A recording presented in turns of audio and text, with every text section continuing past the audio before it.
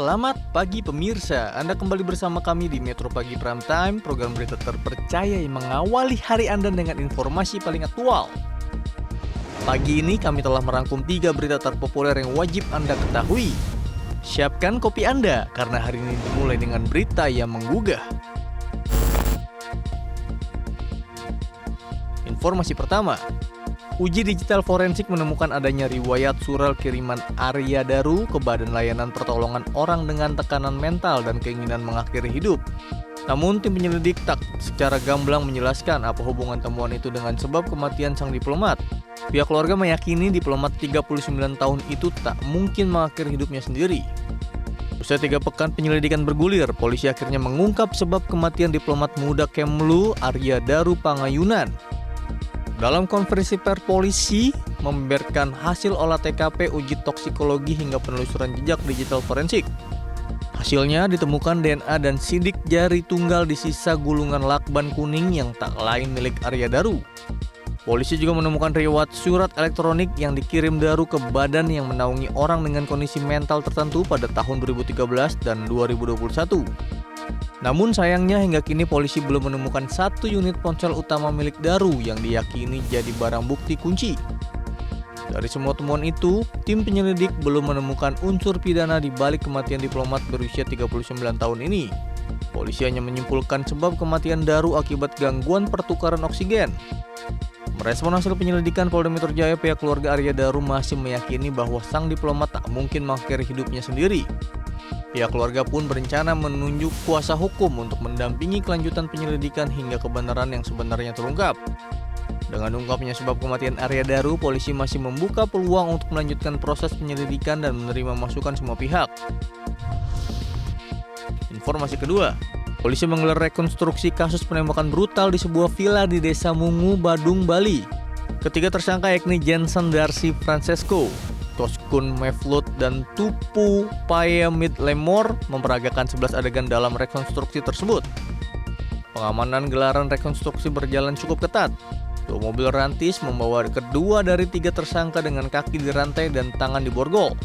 Pasukan bersenjata lengkap termasuk menggunakan rompi anti peluru. Kapolres Badung AKBP M. Arif Batubara mengatakan rekonstruksi ini dilakukan untuk melengkapi penyidikan kasus.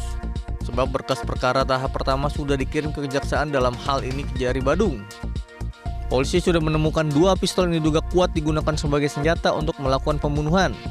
Senjata itu langsung dikirim ke laboratorium forensik untuk diuji. Sejauh ini polisi belum bisa menyimpulkan asal-usul dan jenis senjata api yang digunakan pelaku karena hasil ada pada Puslapor Mabes Polri termasuk motif penembakan. Tersangka dijerat pasal 340 KUHP tentang pembunuhan berencana dan atau pasal 338 KUHP tentang pembunuhan dengan ancaman maksimal hukuman mati atau seumur hidup.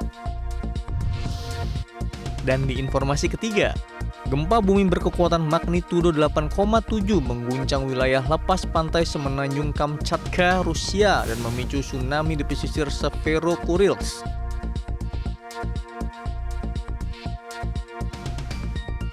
Inilah situasi saat gempa bumi berkekuatan magnitudo 8,7 terjadi di wilayah lepas pantai semenanjung Kamchatka, Rusia. Gubernur Kamchatka, Vladimir Slodov, menyebut gempa pada kemarin sangat serius dan yang terkuat dalam beberapa dekade terakhir. Awalnya gempa dilaporkan bermagnitudo 8,0 sebelum kemudian direvisi naik menjadi 8,7. Sementara pasca gempa bermagnitudo 8,7 mengguncang bagian timur Rusia tersebut, 3 gelombang tsunami menghantam wilayah pesisir Severokurilsk, Rusia. Wali Kota Kepulauan Kuril, Alexander Ovsyannikov, menyatakan gelombang tsunami menerjang permukiman utama di Kepulauan Kurilsk yang posisinya di Samudra Pasifik.